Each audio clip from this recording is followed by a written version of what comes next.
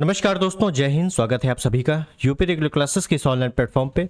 और जैसा कि आपको पता है कि यूपी पीसीएस आरओ के संबंध में जो अभ्यास सीरीज चल रही है बहुत ही अच्छे से, जिसमें हम लोग काफ़ी सारे क्वेश्चंस की प्रैक्टिस कर रहे हैं। आज के इस वीडियो में हम लोग एक टॉपिक करने वाले हैं जिसका नाम है विश्व की नदियाँ। ठीक है ना। विश्व की नदियों से आपके प्रश्न बिल्कुल आते हैं, चाहे आप यूपी पीसीएस दीजिए चाहे आरओ दीजिए। दोनों में एक या दो प्रश्न बिल्कुल फिक्स हैं, नदियों से पूछे ही पूछे जाने हैं। किस प्रकार से पूछे जाते हैं वो भी देखेंगे अभी। तो उन नदियों को आज हम लोग कवर करेंगे और पूरा का पूरा मैपिंग में कवर करेंगे। कुछ भी लिखने की आवश्यकता नहीं है। आपको क्या करना है, पूरा मैप उठाना है, आप मैप में ही नदियों को बनाते हुए चले जाना है। नदियां हैं, उनके आसपास के क्षेत्र हैं, सभी कुछ इस वीडियो में हम लोग डिस्कस करने वाले हैं। विश्व की नदियां आपके दो पार्ट में पूरी होंगी। आज ये पहला पार्ट है, एक पार्ट और आएगा, ये दोनों पार्ट में विश्व की नदियां समाप्त। ठीक है। टोटल मैं आपको 30 से 35 नदियां करवाऊंगा, छोटी बड़ी सब मिलाकर। कुछ इसमें बहुत ज़्यादा इंपॉर्टेंट होंगी और कुछ नॉर्मली होंगी जो आपको तुरंत रट जाएंगी। और अगर आपको याद हो तो 11 फरवरी को जो आरओ का पेपर आया था उसमें जाम्बेजी नदी के बारे में पूछा गया था। आपसे डायरेक्टली नहीं पूछा था जाम्बेजी नदी कैसे क्या है। जाम्बेजी नदी में स्टेटमेंट आए थे, दो स्टेटमेंट। उसमें एक शायद बांध पूछा गया था और एक जाम्बेजी नदी की सीमा रेखा पूछी गई थी, किस देश के साथ सीमा बनाती है, ऐसा कुछ था क्वेश्चन। ठीक है, अगर याद हो तो अच्छी बात है, नहीं तो पेपर उठा के देख लेना। आरओ में भी नदियां आती हैं, पूछी जाती हैं। ठीक, तो चलिए शुरुआत करें सेशन की। उससे पहले चैनल पर नए हैं सब्सक्राइब कर देना, वीडियो को लाइक कर देना और शेयर कर देना। ठीक, एक चीज मैं बता दूं, इस टॉपिक को पढ़ने से पहले आपके पास एक पेन होना चाहिए, एक रफ कॉपी होनी चाहिए और आपके पास एटलस जरूर होना चाहिए। और एटलस नहीं है तो आप बिल्कुल ले आइए, क्योंकि बिना एटलस के, बिना मैपिंग पे आरओ यूपी पीसीएस नहीं निकलता। ठीक है ना। वनडे एग्जाम भले निकल जाएगा लेकिन यूपी पीसीएस आरओ बिना एटलस समझे कर ही नहीं पाओगे आप। ठीक, तो एटलस आपके पास होना चाहिए, एक रफ कॉपी और एक पेन। और जैसे जैसे मैं बोल रहा हूँ वैसे वैसे करते रहना है। छोटा वीडियो रहेगा, 2 पार्ट में रहेगा और पूरी नदियाँ समाप्त हो जाएंगी। तो चलिए शुरुआत करते हैं डायरेक्टली नदियों से। ये आपको वर्ल्ड मैप दिख रहा है बहुत ही अच्छे से। ठीक है, आप जानते ही हो। इस वर्ड में बताने की आवश्यकता नहीं है आपको। ये क्या है, ये उत्तरी अमेरिका है, ये दक्षिण अमेरिका है, ये अफ्रीका है, ये आपका यूरोप है, ये और ये पूरा एशिया है, ये ऑस्ट्रेलिया है। ठीक, ये आपका ग्रीनलैंड है। तो कुल मिला के ये आपको लोकेशन पता है महाद्वीपों की। ऊपर से 7 महाद्वीप हम लोगों ने किए भी हैं अच्छे से डिटेल में। ठीक है, चलिए तो सबसे पहले हम लोग देख लेते हैं यूरोप, क्योंकि जो प्रमुख नदियां हैं उनको पहले पहले देख लेंगे। ठीक, तो यूरोप चलते हैं हम लोग। और यूरोप जैसे ही जाएंगे तो आपको ये मैप देखने को मिलेगा। ठीक है, बहुत ही अच्छे से देखिए। पहले मैं आपको मैपिंग बताऊंगा और फिर उस मैप को आपको रफ कॉपी में कैसे करना है समझने के लिए वो बताऊंगा। ठीक है, तो सबसे पहली नदी हम लोग जो शुरुआत करने वाले हैं यूरोप की, वो है राइन नदी। राइन नदी, ठीक, समझिएगा। तो यूरोप में हम लोग पढ़े भी थे काफी अच्छे से। क्या पढ़े थे कि प्रायद्वीपों का प्रायद्वीप कहा जाता है, कई सारे प्रायद्वीप हैं। ठीक, तो उसमें आप सबसे पहले देखिए, ये मेरे पेन को देखिएगा, रेड कलर का पेन है। ये आप केवल देखना बॉर्डर को। ये क्या है, ये क्या है भाई साहब, तो ये है फ्रांस। क्या है, फ्रांस। ठीक, उसके बाद ये क्या है, नीदरलैंड। उसके बाद ये क्या है पूरा पर्पल कलर में, ये है जर्मनी। जर्मनी है। उसके बाद ये क्या है नीचे, ये है स्विट्जरलैंड, जिसको मैंने पूरा रेड कर दिया है, ये है स्विट्जरलैंड। और ये है आपका ऑस्ट्रिया। इधर साइड ये मैंने लाइनिंग खींची, ये है ऑस्ट्रिया। ठीक, और ऊपर से ये आपको दिख रहा है ये चीज, ये है आपका उत्तरी सागर। उत्तरी सागर देखिए क्रम से लगा हुआ है। इधर है आपका इंग्लिश चैनल। इंग्लिश चैनल, ये है उत्तरी सागर। और ये है आपका बाल्टिक सागर। तो पहले इंग्लिश चैनल है, फिर उत्तरी सागर है, फिर बाल्टिक सागर है। क्लियर है। और इतनी लोकेशन आपको पता रहनी चाहिए मैपिंग में। जब आप एटलस देखोगे तो और अच्छे से समझ में आएगा। अगर मैं इसी को रफ कॉपी में बनाऊं तो कैसे बना सकते हैं हम कर सकते हैं कि भाई ये देखो, ये है फ्रांस। अगर मैं घर में ही बनाऊं तो मैं बोल सकता हूं ये है फ्रांस, ये है भाई साहब जर्मनी, ये है जर्मनी, ये है स्विट्जरलैंड, ये स्विट्जरलैंड है। और ये आपका क्या है, ये है ऑस्ट्रिया, ये ऑस्ट्रिया। और उसके बाद ये मैं बना दूं इधर, ये है नीदरलैंड या हॉलैंड, क्या बोलते हैं इसको, हॉलैंड या नीदरलैंड। इस प्रकार से कुछ कच्चा चिट्ठा हम लोग घर में बना सकते हैं अपने, ठीक है। और इधर साइड क्या है, इधर साइड उत्तरी सागर है, उत्तरी सागर। बताइए, इतना तो आप कर ही सकते हो ना। तो अगर मैं इसको अलग से बना दूं, आप समझना यहाँ पे, अब यहाँ पे आप लोग बहुत अच्छे से डिटेल में समझना, ठीक। देखिए, कच्चा चिट्ठा मैं बना रहा हूं बिना देखिए। ये फ्रांस, फ्रांस के ऊपर यहाँ पे बड़ा सा था पर्पल कलर का, क्या, जर्मनी, क्या था, जर्मनी, ठीक है। यहाँ पे क्या है, ये आपका स्विट्जरलैंड है, स्विट्जरलैंड, ठीक है। उसके बाद यहाँ पे क्या है, यहाँ पे इस प्रकार का ऑस्ट्रिया था, क्या था, ऑस्ट्रिया, ठीक। उसके बाद यहाँ पे ऊपर क्या था, यहाँ पे नीदरलैंड था, नीदरलैंड, बस इतना ही लोकेशन पता होनी चाहिए, ठीक है। अब समझिए, एक आपने पढ़ा होगा आल्प्स पर्वत, मैंने बताया है आपको आल्प्स पर्वत। आल्प्स पर्वत के बारे में क्या बताया है कि ये आपका आल्प्स पर्वत स्विट्जरलैंड में है, जर्मनी में है, फ्रांस में है, ऑस्ट्रिया में है, और जर्मनी इटली के बॉर्डर में भी है, ठीक है। आल्प्स पर्वत की सबसे ऊंची चोटी माउंट ब्लैंक है, जो कि स्विट्जरलैंड में है, सबसे अधिक विस्तार स्विट्जरलैंड में, ये मैं बता चुका हूं। अब समझिएगा, यहां से स्विट्जरलैंड में क्या है, आल्प्स पर्वत है, स्विट्जरलैंड में क्या है, आल्प्स पर्वत। इसी आल्प्स पर्वत से ये नदी निकलती है, कौन सी नदी, राइन नदी। किसकी बात हो रही है, राइन नदी की।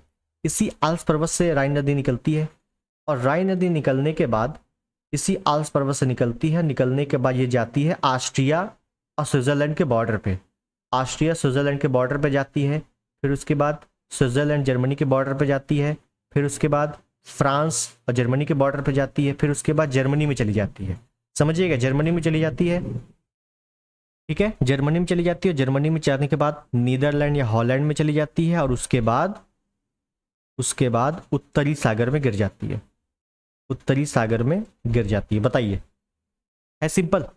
मैंने फिर क्या कहा, मैंने कहा ये स्विट्जरलैंड से आल्प्स पर्वत से निकलती है, स्विट्जरलैंड ऑस्ट्रिया के मध्य बॉर्डर बनाती है, फिर उसके बाद स्विट्जरलैंड जर्मनी के मध्य बॉर्डर बनाती है, फिर उसके बाद फ्रांस और जर्मनी के मध्य बॉर्डर बनाती है, और फिर जर्मनी में चली जाती है, और जर्मनी में जाने के बाद नीदरलैंड होते हुए उत्तरी सागर में गिर जाती है। कौन सी नदी, राइन नदी। रेड कलर में आप देख रहे हो, ये पूरी क्या है, राइन नदी बनी हुई है। बताइए, इतना समझ में आया कि नहीं। अभी लिख भी देंगे तब और अच्छे समझ में आ जाएगा। अब आपसे क्या पूछेगा, पूछेगा कि चलो ठीक है, उद्गम कहाँ से होता है, स्विट्जरलैंड आल्प्स पर्वत से, गिरती कहाँ पे है, उत्तरी सागर में, ये डायरेक्शन में होते हुए उत्तरी सागर में गिर जाती है। इसके किनारे कुछ शहर बसे हुए हैं, क्या, प्रमुख नगर, बिल्कुल। कौन कौन से, तो एक जर्मनी में जो नगर है उसका नाम है कोलोन, क्या है, कोलोन नगर, राइन नदी के तट पे है जर्मनी में। उसके बाद जर्मनी में ही एक है बॉन, बॉन नगर है, क्या नगर है, बॉन, ठीक है। उसके बाद स्विट्जरलैंड में है, इधर स्विट्जरलैंड में क्या नाम है, बेसेल, क्या नाम है, बेसेल नगर, कहाँ पे है, स्विट्जरलैंड में है, राइन नदी के किनारे है, ठीक है। उसके बाद नीदरलैंड में क्या है, रोटरटम, रोटरटम, रोटरटम बंदरगाह भी है, तो रोटरटम पोर्ट लिख देंगे, ठीक है, रोटरटम शहर और रोटरटम पोर्ट राइन नदी के किनारे बना हुआ है। बताइए, अगर और लिखना चाहो तो स्विट्जरलैंड और ऑस्ट्रिया के मध्य एक है लिचेस्टाइन, ये भी कई बार आ चुका है, लिचेस्टाइन, लिचेस्टाइन इसके मध्य है, स्विट्जरलैंड और ऑस्ट्रिया के मध्य है। बताइए, समझ में आया कि नहीं। अगर मैं इसी को लिखूं, अपने शब्दों में अगर लिखूं, तो जिससे आपकी नोट्स भी बन जाए, तो मैं लिखूंगा राइन नदी के बारे में, बहुत ही अच्छे से पढ़ेंगे क्योंकि यहाँ से प्रश्न बहुत अच्छे अच्छे आते हैं, तो गलत नहीं होना चाहिए। उद्गम, उद्गम में क्या लिखूंगा मैं, उद्गम में लिखूंगा कि भाई साहब स्विट्जरलैंड, स्विट्जरलैंड में आल्प्स पर्वत, स्विट्जरलैंड में जो आल्प्स पर्वत है वहां से इसका उद्गम हो रहा है, इसका, राइन नदी का, ठीक है। फिर उद्गम होने के बाद ये स्विट्जरलैंड, स्विट्जरलैंड से ऑस्ट्रिया, ऑस्ट्रिया से फ्रांस, फ्रांस से जर्मनी, और जर्मनी से नीदरलैंड, नीदरलैंड यहां बहते हुए उत्तरी सागर में गिर जाती है, उत्तरी सागर में गिर जाती है। ठीक है, बॉर्डर किसके मध्य बनाती है? तो देखो, स्विट्जरलैंड ऑस्ट्रिया के मध्य बॉर्डर है, स्विट्जरलैंड जर्मनी के मध्य बॉर्डर है, और फ्रांस और जर्मनी के मध्य बॉर्डर है। ठीक है, बॉर्डर लाइन, बॉर्डर किसके मध्य है? क्योंकि बॉर्डर प्रश्न ही आया था आरओ में, तो मैं लिख सकता हूं बॉर्डर जो है किसके मध्य, स्विट्जरलैंड और ऑस्ट्रिया के मध्य बॉर्डर बनाती है। फिर उसके बाद स्विट्जरलैंड और जर्मनी के मध्य बॉर्डर बनाती है। फिर उसके बाद फ्रांस और जर्मनी के मध्य बॉर्डर बनाती है, और फिर चली जाती है नीदरलैंड में, नीदरलैंड के बाद उत्तरी सागर में गिर जाती है। ठीक,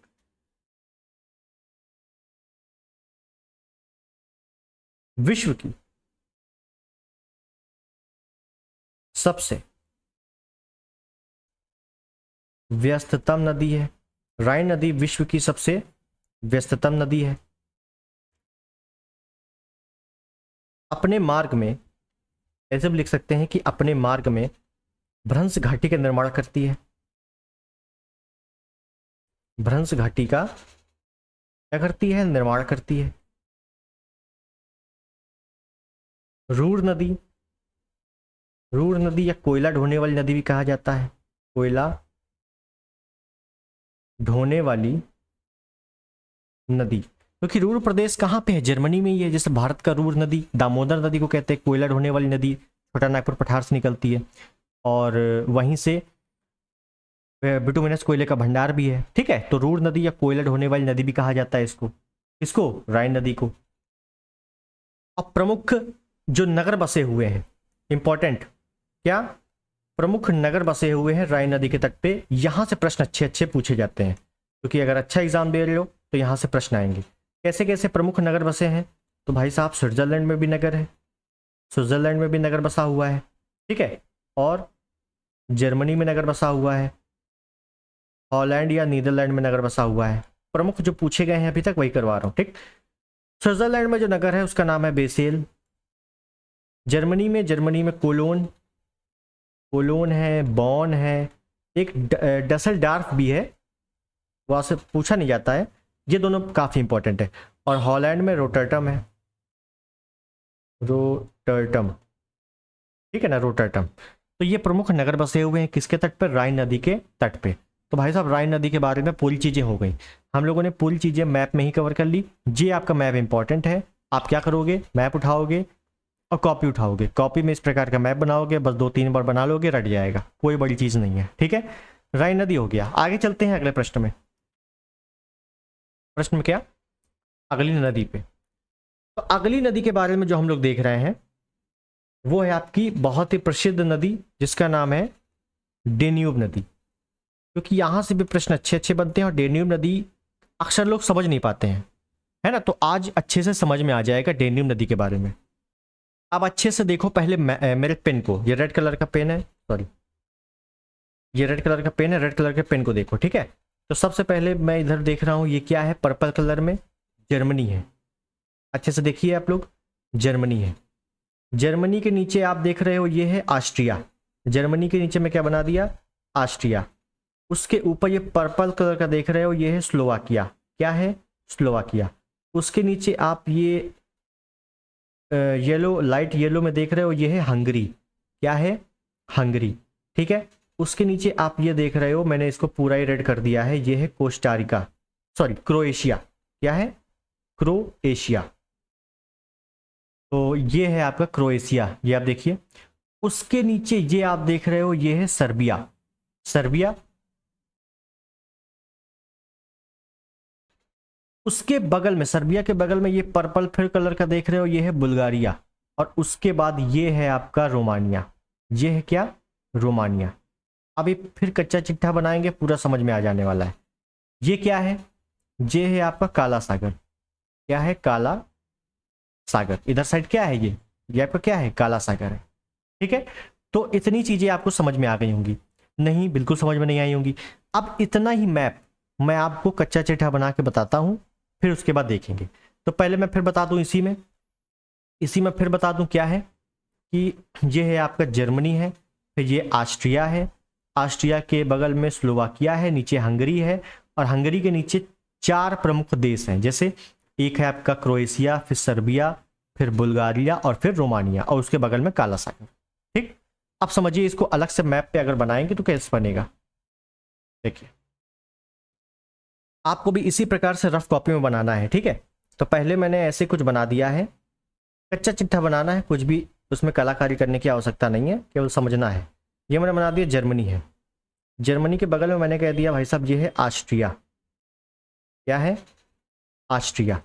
ऑस्ट्रिया के बगल में मैंने बना दिया है क्या? स्लोवाकिया।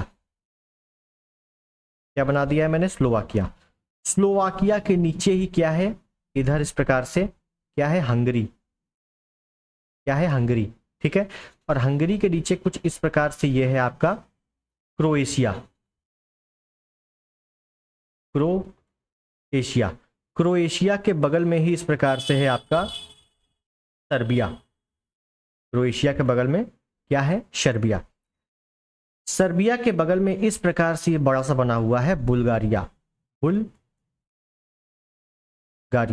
ठीक है, और इसी के बगल में ये इस प्रकार से बना हुआ है क्या? रोमानिया। रोमानिया। तो मुझे मैप समझ में नहीं आ रहा था, मैंने अपने हिसाब से अलग से बना दिया। क्यों? क्योंकि मुझे समझना है, मुझे पेपर देना है कि नहीं? तो इस प्रकार से आपका बन गया।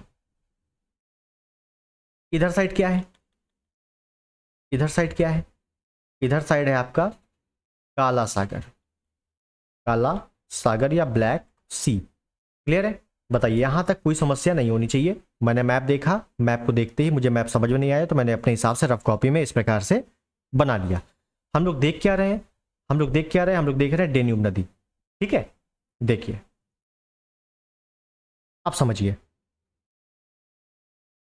अब मैंने आपको पहले ही बता दिया था, जब 7 महाद्वीप बताए थे तो प्रमुख पर्वतों के बारे में मैंने आपको पहले बता दिया था। जर्मनी में एक पर्वत बताया था जिसका नाम है ब्लॉक फॉरेस्ट। जर्मनी में क्या है? Block forest. और जर्मनी में ही एक बावेरियन पर्वत है, ये भी बताया था। ठीक है, तो जर्मनी से कौन सी नदी निकलती है? डेन्यूब नदी। डेन्यूब नदी जर्मनी के ब्लॉक फॉरेस्ट से निकलती है, और जर्मनी के ब्लॉक फॉरेस्ट से निकल के जाती है ऑस्ट्रिया। ऑस्ट्रिया जाती है, ऑस्ट्रिया से जाती है स्लोवाकिया, स्लोवाकिया से जाती है हंगरी, हंगरी से जाते हुए जाती क्रोएशिया, क्रोएशिया से जाती है सर्बिया, सर्बिया से बुल्गारिया, अब बुल्गारिया से जाती है रोमानिया, और रोमानिया से जाते हुए काला सागर में गिर जाती है। बताइए, कुछ पल्ले पड़ा? सिर्फ और सिर्फ प्रमुख देश हैं, बाकी कुछ भी नहीं है।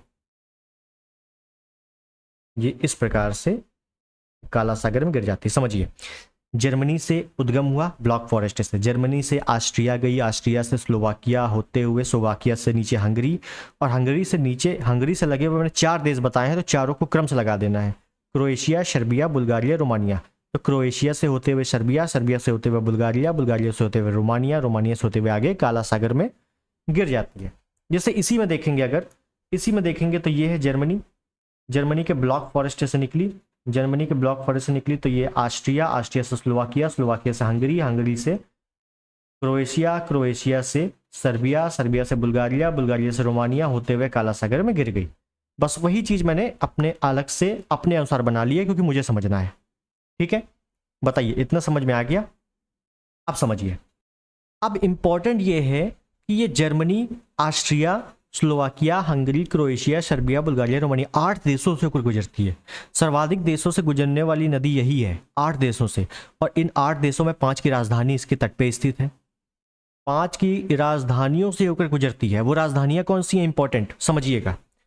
तो सबसे पहले मैं यहां पे एक बॉक्स बना दूं, इस कलर में हम लोग देख लेंगे राजधानी, राजधानी कि किस राजधानी से होकर गुजरती है। तो पहले तो ये ऑस्ट्रिया है, और ऑस्ट्रिया की राजधानी है वियना। बहुत बार आ चुका है एग्जाम में कि ऑस्ट्रिया की राजधानी वियना किस नदी के तट पे है? तो डेन्यूब नदी। ठीक है, उसके बाद स्लोवाकिया, स्लोवाकिया, स्लोवाकिया की राजधानी क्या है? ब्राटिस्लावा। अभी लिख देंगे, सब कुछ समझ में आ जाएगा। Bratislava, Bratislava. ठीक है, जर्मनी की राजधानी नहीं है क्या इसके तट पे? बिल्कुल नहीं, जर्मनी की राजधानी इसके तट पे नहीं है। हंगरी, हंगरी की है क्या? बिल्कुल हंगरी की है। हंगरी की क्या है? बुडापेस्ट। क्या है? बुडापेस्ट। ठीक है, उसके बाद क्रोएशिया, क्रोएशिया की है? बिल्कुल नहीं है। सर्बिया की, सर्बिया की है। सर्बिया की राजधानी क्या है? Belgrade, Belgrade. बुल्गारिया की है? बुल्गारिया की राजधानी नहीं है। रोमानिया की है? बिल्कुल। रोमानिया की राजधानी क्या है? जो कि डैन्यूब नदी के तट पे है, इसकी राजधानी है बुखारेस्ट, बुखारेस्ट। रोमानिया की बुखारेस्ट है और हंगरी की बुडापेस्ट है। ठीक है ना, बुडापेस्ट, बुखारेस्ट अलग अलग है, ध्यान रखना है। बताइए, इतना समझ में आया? बस इतना ही है मैप, मैंने बहुत ही आराम से बताया है ताकि आप आराम से अपने कॉपी में बना सको। अब कुछ लिख लेते हैं बातें तो और समझ में आ जाएगा। अब प्रमुख नदियां यही दो हैं जो आपसे पूछ ली जाती हैं, समझ में नहीं आती जल्दी किसी को, लेकिन मैंने आपको बहुत अच्छे से मैप में बताया है तो मुझे नहीं लगता कोई दिक्कत होगी। तो डैन्यूब नदी का जो उद्गम होता है, डैन्यूब नदी का जो उद्गम होता है वो जर्मनी के ब्लॉक फॉरेस्ट पर्वत से होता है, ब्लॉक फॉरेस्ट पर्वत से होता है। ठीक, कहां से जाती है? जर्मनी से जाती है ये ऑस्ट्रिया, समझिएगा ये क्रम लिखा दे रहा हूं, जर्मनी से ऑस्ट्रिया, ऑस्ट्रिया से जाती है स्लोवाकिया, स्लोवाकिया के नीचे क्या है? हंगरी, स्लोवाकिया के नीचे क्या है? स्लोवाकिया के नीचे है हंगरी, और हंगरी से लगा हुआ है क्रोएशिया नीचे, क्रोएशिया के बाद चली जाती है सर्बिया, सर्बिया के बाद चली जाती है बुल्गारिया, बुल्गारिया के बाद चली जाती है रोमानिया, और रोमानिया के बाद चली जाती है काला सागर। तो इंपॉर्टेंट क्या है, कहाँ गिरती है? काला सागर में। राइन नदी कहाँ गिर रही थी? उत्तरी सागर में। और डैन्यूब नदी कहाँ गिर रही है? काला सागर में। ठीक है, इसके तट पे प्रमुख देश और राजधानी, 8 देशों से होकर गुजरती है लेकिन 5 की राजधानियां इसके किनारे हैं। कौन कौन सी? तो सबसे पहले तो ऑस्ट्रिया की राजधानी है, फिर स्लोवाकिया की है क्या? बिल्कुल स्लोवाकिया की भी है, स्लोवाकिया। हंगरी की है क्या? बिल्कुल हंगरी की भी है, हंगरी। और फिर सर्बिया की है, सर्बिया। और फिर रोमानिया, किसकी है? रोमानिया। क्या आपको दिख रहा है अच्छे से? बिल्कुल दिख रहा है। ठीक, 5 राजधानियां इसके किनारे बसी हुई हैं। तो ऑस्ट्रिया की जो राजधानी है उसका नाम है वियना, बहुत बार पूछा गया है। और आपसे जो देश और राजधानी पूछा जाता है स्टैटिक में, वो कोई अलग से नहीं आती, वो सब राजधानियां यहीं से पूछी जाती हैं। ठीक है, कुछ नदियों से आ गया या कुछ पर्वतों से आ गया, वो सब राजधानियां यहीं से आपकी बनती हैं, राजधानियों को अलग से पढ़ने का कोई मतलब नहीं है। ठीक, स्लोवाकिया की ब्राटिस्लावा बहुत बार पूछा गया है, आप खुद घटना चक्र उठा के देखना, ब्राटिस्लावा। हंगरी की बुडापेस्ट, बुडापेस्ट। सर्बिया की बेलग्रेड, बहुत बार आ चुकी है बेलग्रेड। और रोमानिया की बुखारेस्ट, बुखारेस्ट। ये 5 राजधानियां इसके किनारे पर स्थित हैं। बताइए, डैन्यूब नदी और राइन नदी, मुझे नहीं लगता कोई भी दिक्कत होगी। पहले मैंने मैप बताया कि कैसा मैप आपको कॉपी में या बुक में मिलेगा, और फिर इसके बाद कैसे आप रफ में बनाओगे। और फिर बिल्कुल ही नहीं समझ में आ रहा है तो भाई रट लो, वो भी करवा दिया। ठीक है, आगे देखें अगला प्रश्न, अगला प्रश्न नहीं, अगली मैप देखो पहले आप। तो अगली नदी को हम लोग देखेंगे, तो हमने राइन देख लिया, डैन्यूब देख लिया, अब देखेंगे सेन नदी। सेन या कहीं कहीं सीन नदी लिखा हुआ मिलता है। ठीक है, कोई दिक्कत नहीं है, सब एक ही है, सेन नदी या सीन नदी। समझिए, आपको मैप में देखना है अच्छे से, आपको ये दिख रहा है, रेड मेरा पेन है और रेड कलर में मैंने बना दिया है ये आपको दिख रहा है क्या है ये? आप खुद ही जूम करके बताइए। ये है भाई साहब फ्रांस, ये क्या है? फ्रांस। ठीक है, अब मैंने ऊपर नदियों में क्या बताया था कि आपका पहले इंग्लिश चैनल पड़ेगा, फिर उत्तरी सागर पड़ेगा, और फिर बाल्टिक सागर पड़ेगा। ये 3 बताया था, उत्तरी सागर, सॉरी इंग्लिश चैनल, उत्तरी सागर, फिर बाल्टिक सागर। तो ये आपका क्या है? ये है उत्तरी, sorry English channel, English channel. ये क्या है? English channel. ये है आपका उत्तरी सागर और ये है बाल्टिक सागर, उससे मतलब नहीं है, इंग्लिश चैनल है। ठीक, अगर मैं इसको यहीं पर कच्चा चिट्ठा बना दूं, अलग से जाने की आवश्यकता नहीं है, छोटा ही है, यहीं पर कच्चा चिट्ठा बना दूं तो ये इस प्रकार से है क्या? कुछ फ्रांस जो है वो कुछ इस प्रकार से बनेगा शायद, है ना? अगर मैं इस प्रकार से, ठीक, ठीक है, बहुत अच्छी बात है। और अगर मैं बना दूं यहीं पर इंग्लिश चैनल, क्यों? क्योंकि यहीं पर इंग्लिश चैनल है, इंग्लिश चैनल बन गया। बताओ, यहां तक कोई दिक्कत नहीं है, कोई भी समस्या नहीं है। अब देखिए, फ्रांस में यहीं पर, फ्रांस के दक्षिणी क्षेत्र में, फ्रांस के दक्षिणी क्षेत्र में क्या है? यहां पे है लेग्रेस का पठार। फ्रांस के दक्षिणी क्षेत्र में क्या है? लेग्रेस या लेंग्रेस कहीं कहीं बोला जाता है, लेंग्रेस का पठार। क्या है? लेंग्रेस का पठार। ठीक है ना, ला बनी हुई है आगे। एक मिनट, अच्छे से लिख देता हूं। ठीक है, लेंग्रेस का पठार। और अगर आपको समझ में आ रहा हो नदियां, तो एक बार कमेंट में जरूर बता दिया करो, ठीक है ना, कि हाँ भाई साहब समझ में आ रहा है, जो कि पार्ट 2 होगा वो अच्छे से और समझ में आ जाएगा। तो ये है लेग्रेस का पठार, कहाँ पे है? फ्रांस में। ये क्या है? ये पूरा मैंने क्या बनाया है? ये पूरा फ्रांस ही बनाया है, इसमें कोई बॉर्डर ऑर्डर नहीं है। ठीक, लेग्रेस के पठार से एक नदी निकलती है, नदी निकलती है और इंग्लिश चैनल में गिर जाती है, बस हो गया। फ्रांस में लेग्रेस का पठार से एक नदी निकलती है और इंग्लिश चैनल में गिर जाती है। इसी का नाम है, इसी का नाम है सीन नदी। ठीक, अब इंपॉर्टेंट देखो, इंपॉर्टेंट क्या है? इसी नदी के किनारे, इसी नदी के किनारे एक नगर है जिसका नाम है ली हार्वे, ली हार्वे नगर। ये पूछा जाता है ली हार्वे नगर किस नदी के तट पे है? सीन नदी के तट पे है। और एक क्या है? पेरिस, फ्रांस की राजधानी पेरिस भी सीन नदी के तट पे स्थित है। याद रखना, फ्रांस की राजधानी पेरिस भी सीन नदी के तट पे स्थित है। बताइए, तो कुल मिला के ये आप मैप देखो, यहां पे है लेग्रेस का पठार और यहां से नदी गई और इंग्लिश चैनल में गिर गई। यहां पे एक ली हार्वे और यहां पे पेरिस, जो कि फ्रांस की राजधानी पेरिस भी सीन नदी के तट पे है। और सीन नदी गिरती कहाँ है? इंग्लिश चैनल में गिरती है। उद्गम कहां से होता है? तो फ्रांस में ही लेग्रेस का पठार है, वहीं से उद्गम हो जाता है। बताइए, मुझे तो नहीं लगता अब इसमें कोई भी लिखने की आवश्यकता है ना, सिंपल सा है। आपको फ्रांस बनाना है, फ्रांस से लेग्रेस का पठार से निकाल देना है नदी को, इंग्लिश चैनल में गिरा देना है। दो प्रमुख नगर हैं, ली हार्वे नगर और पेरिस, पेरिस तो राजधानी है। बताइए, कोई समस्या? कोई समस्या नहीं। ठीक है, तो सीन नदी भी अपना हो गया कंप्लीट। तो हम लोगों ने राइन देख लिया, डेन्यूब देख लिया, सीन नदी देख लिया। आगे चलते हैं,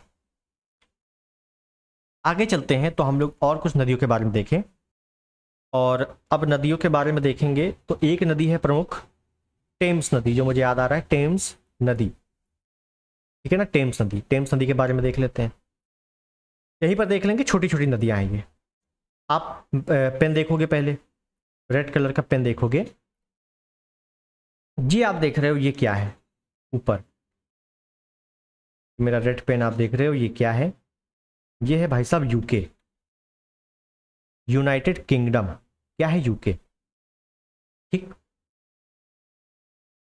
और यहां पे आप देख रहे हो ये क्या है? ये तो आपका इंग्लिश चैनल है।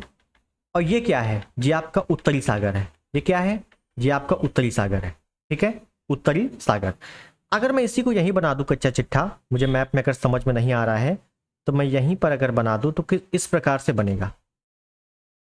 ये देखिएगा, कुछ इस प्रकार से ये मैप बनना चाहिए मेरे हिसाब से। इस प्रकार से क्या बनाया मैंने? मैंने यूके बना दिया है। ठीक है ना, यूके का इसी प्रकार से मैंने मैप बना दिया है। अब है क्या इसमें? देखिए, किस नदी की बात हो रही है? टेम्स नदी की। तो बस टेम्स नदी से याद रखना है टेम्स हेड झरना। यहां पे क्या है? टेम्स हेड झरना है, झरना है। और यहां पे क्या है? उत्तरी सागर। बिल्कुल यही मैप का डिक्टो मैंने बना दिया है। क्या है? उत्तरी सागर। टेम्स हेड झरने से नदी निकलती है और ये उत्तरी सागर में गिर जाती है। बस हो गया। ठीक, इंपॉर्टेंट क्या है? इंपॉर्टेंट क्या है? इंपॉर्टेंट ये है कि इसी टेम्स नदी के किनारे ऑक्सफोर्ड बसा हुआ है। ऑक्सफोर्ड, इसी टेम्स नदी के किनारे लंदन बसा हुआ है। ठीक है, लंदन बसा हुआ है। तो टेम्स हेड नदी बहुत ही इंपॉर्टेंट है। टेम्स नदी डायरेक्टली पूछा जाता है, मिलान करने की नदियां ज्यादा आती हैं।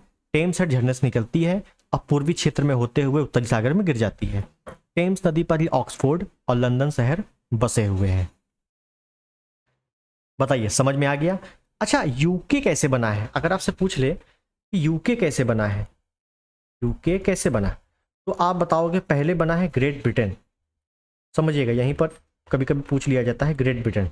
ग्रेट ब्रिटेन किससे बना है, किससे किससे मिलकर बना है? तो ये बना है Wales plus England plus Scotland. Scotland, Wales, England, Scotland. ठीक है, बस। और यूके कैसे बना है? तो यूके में पूरा का पूरा ग्रेट ब्रिटेन, जो कि पूरे तीनों मिलाकर ग्रेट ब्रिटेन प्लस उत्तरी आयरलैंड। उत्तरी आयरलैंड को अगर जोड़ देंगे, इसमें ग्रेट ब्रिटेन में उत्तरी आयरलैंड को जोड़ देंगे तो बन जाएगा यूके। उत्तरी आयरलैंड सिंगल है और ग्रेट ब्रिटेन 3 से मिलकर बना है, वेल्स, इंग्लैंड और स्कॉटलैंड, तब बनेगा आपका यूके। ठीक है, तो ये कभी कभी पूछ लेगा तो बता देना। टेम्स नदी हो गया। आगे देखें, आगे फिर से वही मैप लेंगे हम लोग और यहां पे हम लोग देखेंगे कौन सी नदी। हम लोग यहां देख लेंगे पो नदी। कौन सी नदी भाई साहब? पो नदी। पो नदी के बारे में देखते हैं। तो सबसे पहले आप मेरा पेन देखोगे रेड कलर का, ये आप देख रहे हो, ये क्या है? ये है फ्रांस। ये क्या है भाई साहब? फ्रांस। उसके बाद ये आप देख रहे हो क्या है? ये नीचे आ गए हैं बिल्कुल, हम लोग बहुत ही नीचे आ चुके हैं। ये क्या है? इटली। फ्रांस और इटली। अब है क्या कि आल्प्स पर्वत मैंने बताया था, आल्प्स पर्वत जो है फ्रांस और इटली के बॉर्डर में भी स्थित है। फ्रांस और इटली के बॉर्डर में भी क्या है? आल्प्स पर्वत है। आल्प्स पर्वत। और इसी आल्प्स पर्वत से एक नदी निकलती है जिसका नाम है पो नदी। और यहाँ पे क्या है? यहाँ पे ये ब्लैक कलर का देख रहे हो, यहाँ क्या है? यहाँ है एड्रियाटिक सागर। एड्रियाटिक सागर। ठीक, तो कोई दिक्कत नहीं, कच्चा चिट्ठा पहले बनाते हैं फिर समझ में आएगा। तो मैंने कुछ इस प्रकार से बना दिया है फ्रांस। क्या बना दिया? फ्रांस। और कुछ इस प्रकार से मैंने लंबा ऐसे खींचा है और ये बना दिया है इटली। क्या बना दिया? इटली। यहां पे क्या है? दोनों के बॉर्डर पे क्या है? आल्प्स पर्वत है। आल्प्स पर्वत। और यहां पे क्या है? एड्रियाटिक, एड्रियाटिक सागर। इटली के पूर्वी क्षेत्र में एड्रियाटिक सागर। ठीक, वेरी गुड। यहीं से एक नदी निकलती है, यहीं से नदी निकल के एड्रियाटिक सागर में गिर जाती है। इसी नदी का नाम क्या है? पो नदी। इसी नदी का नाम क्या है? पो नदी। बस हो गया। ठीक है, इंपॉर्टेंट क्या है? कुछ इंपॉर्टेंट है क्या? बिल्कुल। इसी पो नदी पर इटली में ही एक नगर बसा हुआ है जिस नगर का नाम है ट्यूरिन। ट्यूरिन शहर किसके लिए प्रसिद्ध है? मोटर वाहन के लिए। पीछे से उठा के देख लेना, पिछले 2-3 सालों के पेपर कई बार आ चुका है कि ट्यूरिन शहर, मोटर वाहन का प्रसिद्ध ट्यूरिन शहर किस नदी के तट पे है? तो पो नदी के तट पे है। ठीक है, ट्यूरिन शहर पो नदी के तट पे है। अब यहाँ पे जगह नहीं है, अगला पेज मैं लेना नहीं चाहता, तो यहीं पर आप लिख लेना है कि पो नदी को इटली की गंगा कहा जाता है और इटली को यूरोप का भारत कहा जाता है। मैं यही लिख देता हूं, पो नदी को इटली की गंगा कहते हैं। इटली की गंगा पो नदी को, और यूरोप का भारत इटली को कहा जाता है। ठीक है, तो ये नदियां हो गई, बिल्कुल सिंपल नदी है। आल्प्स पर्वत से निकली और एड्रियाटिक सागर में गिर गई। ट्यूरिन शहर बसा हुआ है, पो नदी, बस काम खत्म, इटली में है। बताइए, समझ में आ गया यहां तक? अब जो है एक लास्ट मैप और लेंगे और उस पर हम लोग नदियों को आज के पार्ट में कवर करेंगे, खत्म करेंगे। समझ, इसी पे कर लेंगे मैपिंग में ही। आपको ये पेन देखना मेरा, आपको ये दिख रहा है जर्मनी। हम लोग जर्मनी और फ्रांस में आज घूम रहे हैं। ठीक है, ये है जर्मनी। जर्मनी के बगल में ये आपको दिख रहा है, ये लिखा हुआ है साफ साफ पोलैंड। और यहीं नीचे आपको दिख रहा है ये है चेक गणराज्य। क्या है? चेक गणराज्य। ये है आपका इंग्लिश चैनल, ये है उत्तरी सागर और ये है बाल्टिक सागर। ठीक, तो हम लोग कौन सी नदियां देख रहे हैं इसमें? हम लोग देख रहे हैं कुछ नदियों के नाम जो प्रमुख पूछ ली जाती हैं। बेसर नदी, बेसर नदी देख लेंगे हम लोग इसी में देख लेंगे एल्ब नदी, क्योंकि यहाँ पे 3-4 नदियाँ प्रमुख हैं। एल्ब नदी, एक देख लेंगे ओडर नदी, ओडर नदी, और एक देख लेंगे विस्तुला नदी।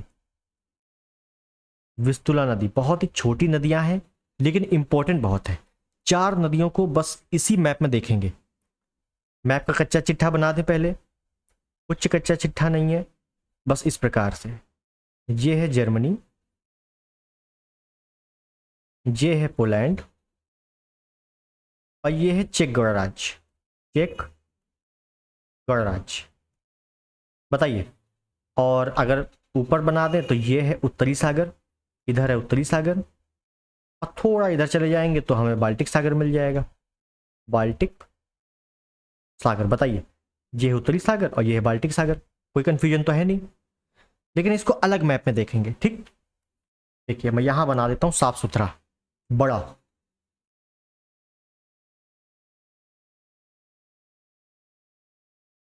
ठीक है, ये इस प्रकार से बन गया और कुछ इस प्रकार से बन गया और कुछ इस प्रकार से बन गया। ये है आपका जर्मनी, ये है पोलैंड और ये है आपका चेक गणराज्य। चेक गणराज्य। 4 नदियों को देख रहे हैं हम लोग, बहुत अच्छे। नदियों को तो लिख लें। यहां पे हमने देखा है उत्तरी सागर है, यहाँ उत्तरी सागर है और यहां पे है बाल्टिक सागर। बाल्टिक सागर। उत्तरी सागर के और पश्चिम में चले जाएंगे तो हमें इंग्लिश चैनल मिल जाएगा जहां से सीन नदी गिर रही थी। ठीक है, कोई दिक्कत नहीं, उसको नहीं करना है। आप समझ गए आप। ये पोलैंड है। अब पोलैंड में एक पर्वत है, इस पर्वत का नाम है बरानियो। बरानियो गारो पर्वत। हालांकि पूछा नहीं जाता लेकिन फिर मैं करा दे रहा हूं आपको, बरानियो गारो पर्वत है। ठीक है, क्या इंपॉर्टेंट है? इंपॉर्टेंट ये है यहां से एक नदी निकलती है, बाल्टिक सागर में गिर जाती है। इस नदी का नाम है विस्तुला नदी। विस्तुला नदी। ठीक, कोई दिक्कत नहीं। यह है चेक गणराज्य। चेक गणराज्य से एक नदी निकलती है। कहां से निकलती है? लोकेशन मिला नहीं है, ना बुक में दिया हुआ है ना इंटरनेट पे एग्जैक्टली दिया हुआ है, पूछा भी नहीं जाता है। चेक गणराज्य से एक नदी निकलती है, जर्मनी पोलैंड के मध्य बॉर्डर बनाती है और बाल्टिक सागर में गिर जाती है। क्या नाम है नदी का? नदी का नाम है ओडर नदी। ओडर नदी। कैसे प्रश्न पूछे जाते हैं बताऊंगा, ठीक है ना। ओडर नदी कहां गिर रही है? बाल्टिक सागर में। विस्तुला नदी कहां गिर रही है? बाल्टिक सागर में। क्लियर? चल, चेक गणराज्य से एक और नदी निकलती है, एक और नदी निकलती है, जर्मनी होते हुए उत्तरी सागर में गिर जाती है। क्या नाम है? एल्ब नदी। क्या नाम है? एल्ब नदी। ठीक है, जर्मनी से ही छोटी छोटी धाराओं में नदी निकलती है, उत्तरी सागर में गिर जाती है। क्या नाम है? बेसर नदी। बेसर नदी। अब समझिए, अब समझिए इंपॉर्टेंट क्या क्या पूछ सकता है। पूछेगा कि एल्ब नदी कहां गिरती है? उत्तरी सागर में। एल्ब नदी का उद्गम किस देश से होता है? चेक गणराज्य से। एल्ब नदी किस महाद्वीप की प्रमुख नदी है या किस महाद्वीप में स्थित है? यूरोप में। मिलान करने को 100% ये प्रश्न आते हैं। बेसर नदी उत्तरी सागर जर्मनी में बहते हुए उत्तरी सागर में गिर जाती है। बेसर नदी कहां बहती है? जर्मनी में बहती है। बस मिलान में प्रश्न आता है ये। जर्मनी पोलैंड के मध्य बॉर्डर कौन सी नदी बनाती है? जर्मनी पोलैंड की सीमा पर स्थित नदी कौन सी है? ओडर नदी। कौन सी है? ओडर नदी। मोस्ट इंपॉर्टेंट नदी है, हजारों बार पूछी गई है कि जर्मनी पोलैंड के मध्य बॉर्डर कौन सी नदी बनाती है? ओडर नदी। ओडर नदी गिरती कहां है? बाल्टिक सागर में। ठीक है, विस्तुला नदी कहाँ गिरती है? बाल्टिक सागर में। विस्तुला नदी किस देश की प्रमुख नदी है? पोलैंड की। कहाँ की है? पोलैंड की। तो उत्तरी सागर में मैंने 2 नदियां गिरा दी हैं और बाल्टिक सागर में 2 नदियां गिरा दी हैं, तो 2 4 नदियां यहां से हो गई प्रमुख। इंपॉर्टेंट देखिए, इंपॉर्टेंट क्या है? इंपॉर्टेंट ये है पोलैंड। अब पोलैंड की राजधानी है, पोलैंड की राजधानी है वारसा। वारसा क्या है ये राजधानी? पोलैंड की राजधानी वारसा किस नदी के तट पे है? तो पोलैंड की प्रमुख नदी विस्तुला नदी के तट पे है। विस्तुला नदी बाल्टिक सागर में गिर रही, कोई दिक्कत नहीं है। ओडर नदी, ओडर नदी चेक गणराज्य से निकलती है, जर्मनी पोलैंड की बॉर्डर होते हुए बाल्टिक सागर में गिर जाती है, कोई प्रमुख नगर इसके तट पे नहीं है। एल्ब नदी, एल्ब नदी चेक गणराज्य से निकलती है, जर्मनी होते हुए उत्तरी सागर में गिर जाती है। एल्ब नदी के किनारे बहुत ही प्रमुख एक नगर है जिसका नाम है ड्रेसडेन। ड्रेसडेन नगर, जो कि चीनी मिट्टी बर्तन, चीनी मिट्टी के लिए प्रसिद्ध है। चीनी मिट्टी के लिए प्रसिद्ध है ड्रेसडेन, बहुत पूछा जाता है। ट्यूरिन, ट्यूरिन मोटर वाहन के लिए प्रसिद्ध है, पो नदी के तट पे है। ड्रेसडेन एल्ब नदी के तट पे है। किस देश में है? जर्मनी में है। भाई जर्मनी लोकेटेड है ना, जर्मनी में है। और अगर बेसर नदी के तट पे लिखना हो तो एक लिख सकते हो, जर्मनी में ही बेसर नदी के तट पे ब्रेमेन नगर बसा हुआ है। ब्रेमेन, ब्रेमेन नगर, ये भी कभी कभी पूछ लेता है कि ब्रेमेन नगर किस नदी के तट पे है, तो बेसर नदी के तट पे है। बेसर नदी कहाँ गिर रही है? उत्तरी सागर में। एल्ब नदी के तट पे ड्रेसडेन नगर है, चीनी मिट्टी के लिए प्रसिद्ध है। एल्ब नदी कहाँ गिर रही है? उत्तरी सागर में। ओडर नदी जर्मनी पोलैंड के मध्य सीमा बनाते हैं और बाल्टिक सागर में गिर जाती है, बस। विस्तुला नदी पोलैंड में उद्गम होता है, पोलैंड से होते हुए बाल्टिक सागर में गिर जाती है। विस्तुला नदी के तट पर ही वारसा स्थित है। वारसा क्या है? पोलैंड की राजधानी है, बस। तो यहां से हमने 4 नदियों को देख लिया है। कौन कौन सी नदियां? बेसर नदी, एल्ब नदी, ओडर नदी, विस्तुला नदी। अब बताइए, अब आपसे पूछेगा कि बताओ जर्मनी पोलैंड के मध्य सीमा रेखा पर कौन सी नदी है? ओडर नदी। विस्तुला नदी कहाँ की प्रमुख नदी है? पोलैंड की। अब बेसर नदी, एल्ब नदी कहाँ बहती है? जर्मनी में। बस कहाँ गिरती है? दोनों नदियां, बेसर एल्ब उत्तरी सागर में गिर रही है, ओडर नदी विस्तुला नदी बाल्टिक सागर में गिर रही है। बताइए, मुझे नहीं लग रहा कोई भी समस्या आई होगी इन नदियों को। ऐसे ही पढ़ना है, क्योंकि अगर आरओ का एग्जाम क्रैक करना है या यूपीपीसीएस क्रैक करना है तो आपसे लोकेशन जरूर पूछा जाएगा, बॉर्डर लाइन जरूर पूछी जाएगी। आरओ का जिसने पेपर नहीं दिया है उठा के देख लेना, जिसने दिया है तो पेपर उठा के फिर देख लेना कि आपसे कौन सी नदी पूछी गई थी, कैसी नदी पूछी गई थी। बहुत ही सिंपल पूछी गई थी, लेकिन अगर किसको लोकेशन नहीं पता है वो कर ही नहीं पाएगा। जिसको लोकेशन पता है उसके लिए फ्री के नंबर है वो, ठीक है। तो मेरे हिसाब से इतनी नदियां आज के लिए बहुत हैं। तो आज हम लोगों ने प्रमुख नदियों को देख लिया है, ठीक है। ये है पार्ट 1। अभी बहुत सारी नदियां बची हुई हैं, उसको मैं पार्ट 2 में कवर कर दूंगा। जो प्रमुख नदियां थी, बड़ी बड़ी नदियां थी, वो यहां हो गई हैं, ठीक है। अगले टर्न पे बहुत ज्यादा हैवी नदियां नहीं आएंगी, बहुत ही सिंपल नदियां आएंगी, जल्दी समझ में आ जाएगा, ठीक है। तो विश्व की नदियां हम लोग कर रहे हैं। अगर वीडियो अच्छा लगा हो तो कमेंट में बता दिया करो कि भाई साहब कैसा है, ठीक है। और चैनल पर नए हो सब्सक्राइब कर देना, वीडियो को लाइक कर देना और शेयर कर देना। मिलते हैं अगले वीडियो में, तब तक के लिए नमस्कार, जय हिंद, वंदे मातरम।